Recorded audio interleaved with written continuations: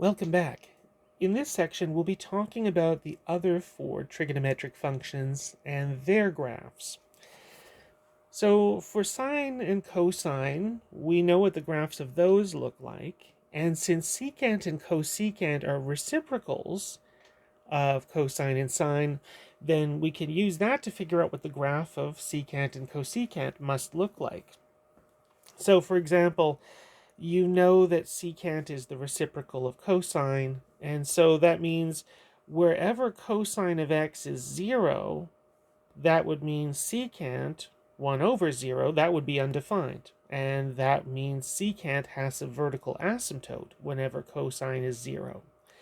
So all of those places where cosine of x had x-intercepts, those are all now places where secant will have vertical asymptotes. You also know that since secant is the reciprocal of cosine, wherever cosine is positive, then secant is going to be positive as well. And wherever cosine is negative, secant would have to be negative as well. And then finally, you also know that the graph of y equals cosine of x has y values of 1 and negative 1, and you know that the reciprocal of 1 is 1, and you know the reciprocal of negative 1 is negative 1. So at those points, those would be where secant is also positive 1 and negative 1. So there are some places where secant and cosine will touch each other, both at all those places where cosine had either its maximum or minimum value. So if you're taking a look here at this graph that I have on the left side, I've drawn very lightly in a dotted line here. This is the graph of the cosine function that's been drawn very lightly and dotted black. And you can see that wherever cosine had a value of 1, so does secant. And wherever cosine had a value of negative 1, so did secant. Wherever cosine crossed the x-axis, that's where secant has its vertical asymptotes. And there we go. There's our basic graph of secant of x. Notice that here, between negative pi over 2 and pi over 2, cosine is positive. And notice that secant is also positive in that interval. Between pi over 2 and 3 pi over 2, cosine is negative. It's below the x-axis. And so is secant. And there we go. Same sort of thing can be said about cosecant and sine. So if you were to take the graph of the sine function and think about what the cosecant function would look like at any place where sine has a value of 1, so will cosecant. Anywhere sine has a value of negative 1, so will cosecant. And any of the places where sine crosses the x-axis, that's where cosecant will have vertical asymptotes. And just like how sine and cosine have similar looking graphs, you can see that secant and cosecant have similar looking graphs as well. So a bunch of properties then that we can say from our secant and cosecant function. We know what the domain should be, and it's anything except for those places where we've got vertical asymptotes. And for secant, you've got vertical asymptotes wherever cosine is 0, which happens to be at plus or minus pi over 2, 3 pi over 2, 5 pi over 2, and so on. And for cosecant, the domain is all the x values except where sine is 0. And sine is 0 at 0, plus or minus pi, plus or minus 2 pi, and so on. Something interesting to note here, our range is all the y values except for the ones between minus 1 and 1. So if you're taking a look at your graph, you can see that secant is always either negative 1 or higher, or positive 1 or higher, or it's negative 1 and lower. And same thing for cosecant, it's either 1 or above, or negative 1 and below. That it's never in this region between y values of negative 1 and 1. We also know for the secant function, it has a y-intercept, and that's the same as the y-intercept for cosine, 0, 1. Cosecant doesn't have a y-intercept, and the reason it doesn't is because there's a vertical asymptote when x is 0. So as a result, there can't be a y-intercept.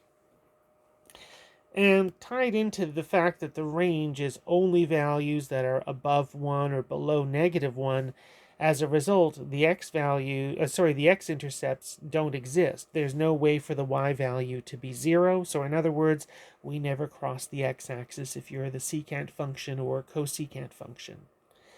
And any place that's not in the domain is the location of a vertical asymptote. So all those places where secant is undefined, those are all locations of vertical asymptotes. And the other properties, we knew these already. Since cosine was an even function, then not a surprise that secant, its reciprocal, is also even. Since sine was an odd function, not a surprise that cosecant, its reciprocal, is also odd. And both sine and cosine had a period of 2 pi, and so not a surprise, secant and cosecant also have a period of 2 pi.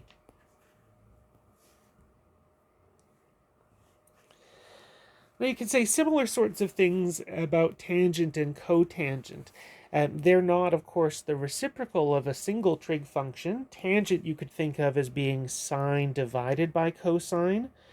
But if you're thinking about what we know about rational functions, you know two things. Wherever sine is equal to 0, that would be where tangent is equal to 0. And wherever cosine is 0, that would be where tangent of x is undefined. So you know two things already. Wherever you have x-intercepts for sine, you will have x-intercepts for tangent. Wherever you have x-intercepts for cosine, you will have vertical asymptotes for tangent. So you know a couple of things then. You know that you've got a bunch of x-intercepts, and those are the same ones that sine has. That's 0 and pi and 2 pi and 3 pi and so on. You also know that there's vertical asymptotes wherever cosine had its x-intercepts, and that's at pi over 2, 3 pi over 2, 5 pi over 2, and so on. You also know that there is one lovely angle, 45 degrees, where sine and cosine are equal to each other. You know that sine of 45 degrees and cosine of 45 degrees are equal to each other, so as a result, tangent should be sine divided by cos, which is 1. And actually, for all of these multiples of 45 degrees that we've got going on here, pi over 4, 3 pi over 4, 5 pi over 4, at all of those values, either sine and cosine are both equal to each other or they're opposites of each other, in which case tangent will either be 1 or it'll be -1. So putting in what we have, if you're thinking about the tangent function, we know, number one, wherever sine had x-intercepts, at 0, at pi, at 2 pi, and so on, that's where tangent will have its x-intercepts. Wherever cosine had x-intercepts, which was at pi over 2 and 3 pi over 2 and so on, that's where we've got vertical asymptotes. And we also know that in the quadrants where sine and cosine are both positive, in quadrant 1, tangent will be positive. In quadrant 3, sine and cosine are both negative, which makes tangent positive. And in quadrants 2 and 4, that's where tangent happens to be negative, because either sine is negative or cosine is negative. So you can see that sometimes tangent is positive, sometimes tangent is negative. And the overall shape of the graph looks almost kind of like the graph y equals x cubed. Not quite the same, because of course you know y equals x cubed doesn't have vertical asymptotes, and this one does. And so here we've got some nice points that we have on the graph. Pi over 4, 1, negative pi over 4, -1, 3 pi over 4, -1, 5 pi over 4, +1. So we do have, if we felt like graphing this, we do have some key points that we could graph. Cotangent, kind of the same sort of story here, except it's the reverse, because cotangent is cosine divided by sine. So wherever cosine has x-intercepts, that's where cotangent will have x-intercepts at pi over 2 and 3 pi over 2. Wherever sine had x-intercepts, that's where we'll have vertical asymptotes at 0 at pi, at 2 pi. And the same sort of thing that could be said about 45 degrees for tangent, we can say the same sort of thing for cotangent. So a bunch of properties to mention here for tangent and cotangent functions. So they both have a lot of excluded points from the domain. For tangent, this is any of the values where cosine is 0. For cotangent, it's any of the values where sine is 0. Now, this is something that's kind of nice and unique about all of our trig functions. For all of the trig functions, sine, cosine, secant, and cosecant, the ones that we've seen so far, all had a restricted range. Sine and cosine only between -1 and 1, including those endpoints. For secant and cosecant, it was everything except for what's between -1 and 1.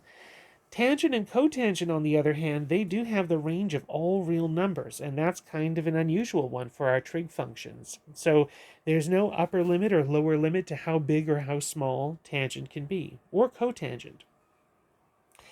You know that tangent passes through the point 0, 0, so it has a y-intercept. Cotangent had a vertical asymptote when x is 0, which is why it doesn't have a y-intercept. And as far as the x-intercepts go, for tangent, it's the same ones as the one that sine has, and for cotangent, it's same as the one that cosine has. And we had some other properties that we already knew. The fact that these functions, tangent and cotangent, are both odd functions, we knew that already, and that their period was pi. We already knew that as well. Now, one thing I just wanted to add here at the end, which is kind of a nice note, that for this course, we're not going to be doing any graphing of transformed tangent, cotangent, secant, or cosecant functions. It's only sine and cosine where you're responsible for graphing transformed trig functions. So for the other 4 trig functions, we'll need to know their basic shapes and their properties, but that's where that ends.